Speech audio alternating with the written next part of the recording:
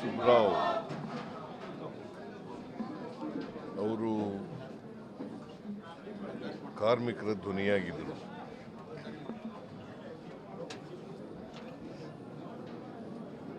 ಅವರು ಭಾಳಷ್ಟು ಕಾರ್ಮಿಕ ಹೋರಾಟಗಳನ್ನು ಮಾಡಿದರು. ನಾನು ಈಗ ಒಂದು ತಿಂಗಳಿಂದ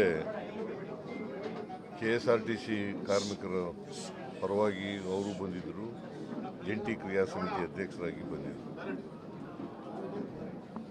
ಮತ್ತು ಸ್ಟಾಫ್ ಆ್ಯಂಡ್ ವರ್ಕರ್ಸ್ ಯೂನಿಯನ್ ಅಧ್ಯಕ್ಷರಾಗಿದ್ದರು KSRTCನಲ್ಲಿ. LICನಲ್ಲಿ ಕೆಲಸದಲ್ಲಿದ್ದರು.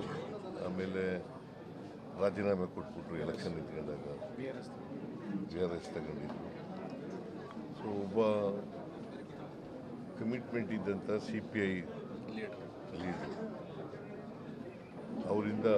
ಅವರ ಸಾವಿನಿಂದ ಇವತ್ತು ಸಾರ್ವಜನಿಕವಾಗಿ ಭಾಳ ತೊಂದರೆ ಆಗಿದೆ ಅಂತಕ್ಕಂಥ ಮಾತುಗಳನ್ನು, ಅವರ ಸಾವನ್ನ ಇದೆಯಲ್ಲ ಅದನ್ನು ತುಂಬಲಿಕ್ಕೆ ಸಾಧ್ಯನೇ ಇಲ್ಲ. ಅಷ್ಟರ ಮಟ್ಟಿಗೆ ಕೊನೆ ಉಸಿರಿರೋವರೆಗೂ ಕೂಡ, ಮೊನ್ನೆಯೂ ಕೂಡ ಮಾತಾಡ್ತಾ ಇದ್ರಂತೆ, ಈಗ ಹೇಳಿದ್ರು ಪತ್ರಿಕೆಯವ್ರ ಜೊತೆಲಿ ಮಾತಾಡ್ತಾ ಇದ್ರಂತೆ. ಇವತ್ತು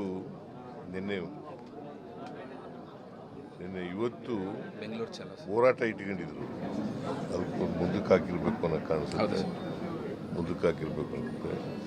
ಸೊ ಅವರು ನನಗೆ ಭಾಳ ದಿನಗಳಿಂದ ಪರಿಚಯ. ಅವರು ಈ ಕಾರ್ಮಿಕ ಹೋರಾಟದಲ್ಲಿ ನೆಗೋಷಿಯೇಷನ್ ಮಾಡುವಾಗ, ಮಾತಾಡುವಾಗ ಮಾಡ್ತಕ್ಕಂಥದ್ದು. ನಾನು ಸ್ವಲ್ಪ ದಿನ KSRTC ಮಿನಿಸ್ಟರ್ ಆಗಿದ್ದೆ.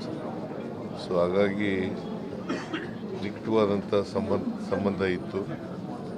ಅವರು ಸಾವನ್ನ ದುಃಖ ಭರಿಸ್ತಕ್ಕಂಥ ಅವ್ರಿಗೆ ಅವ್ರ ಮಿಸಸ್ಸು ಕೂಡ ಬದುಕಿದ್ದಾರೆ ಪಾಪ. ಅವ್ರಿಗೆ 2 ಜನ ಹೆಣ್ಮಕ್ಳು, ಒಬ್ಬರು ವಿದೇಶದಲ್ಲಿದ್ದಾರೆ, ಇನ್ನೊಬ್ಬರು ಇಲ್ಲೇ ಇದ್ದಾರೆ.